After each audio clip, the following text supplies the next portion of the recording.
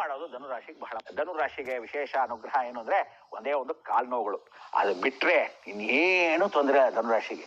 7.5 ಮುಗ್ದೋಯ್ತು. First class ಆಗಿ ಯಶೋ ಕೀರ್ತಿ ಪದವಿ.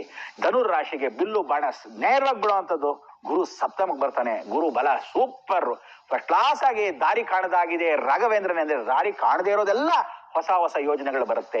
ವಿಶೇಷ ಅನುಗ್ರಹ ಸಿಗುತ್ತೆ. ನೀವೆಲ್ಲ ಏನು ಅಂದ್ರೆ ನಿಮ್ಮ ಗುರುಗಳು, ನಿಮ್ಮ ಕುಲದೇವರುಗಳು, ದತ್ತಾತ್ರೇಯ, ಹರೇ ಕೃಷ್ಣ, ಉನ್ಮತ್ತಾನ ದಾಯಕ, ದಿಗಂಬರ ಮುನಿ, ಬಾಲಪಿಶಾಚ, ಜ್ಞಾನ ಸಾಗರ, ಶಿರಡಿ ಸಾಯಿಬಾಬಾ ಆಗ್ಲಿ, ರಾಘವೇಂದ್ರ ಸ್ವಾಮಿ ಆಗ್ಲಿ, ರಾಮಾಚಾರ್ಯರಾಗ್ಲಿ, ಕೃಷ್ಣಂ ಒಂದೇ ಜಗದ್ಗುರು ಆಗ್ಲಿ, ಎಲ್ಲ ಗುರುಗಳನ್ನ ಸ್ಮರಣೆ ಮಾಡೋದು ಧನುರಾಶಿಗೆ ಬಹಳ ಮುಖ್ಯ.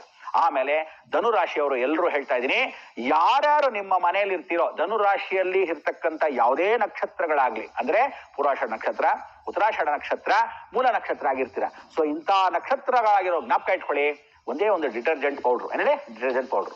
ಅಕಸ್ಮಾತ್ ಹಾರ್ಪಿಕ್, ಇದು ಬಂದು ರಾಹು ಅಂತ ಕರಿತೀವಿ. ನಿಮ್ಗೆ ಒಳ್ಳೆ ಪರಿಹಾರ, ಅದನ್ನ ನಿಮ್ಮ ಮನೇಲಿ ಇಟ್ಕೋಬೇಕು. ಶನಿವಾರ ಕೊಂಡ್ಕೋಬೇಕು. ಯಾವ್ದಾದ್ರು ಪೌರೋಕಾನಿಮಿಕರಿಗೆ ದಾನ ಮಾಡಬೇಕು, ಅಥವಾ ದೂರದಲ್ಲಿರ್ತಕ್ಕಂಥ ಭಿಕ್ಷದವ್ರಿಗೆ ದಾನ ಮಾಡಬೇಕು. ಡಿಟರ್ಜೆಂಟ್ ಯಾರ್ದೋ ಒಂದು ಸ್ಲಮ್ನಲ್ಲಿ ಹೋಗಿ ಕೊಡಬೇಕು.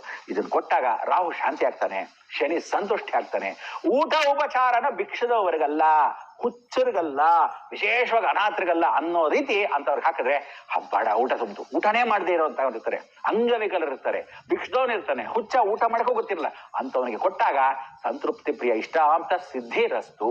ಸೊ ಧನುರಾಶಿಯವರು ಯಾರು ಹಿಡ್ಕೋಬೇಕು ಅಂದ್ರೆ ಸಾಕ್ಷಾತ್ ಆಂಜನೇಯ.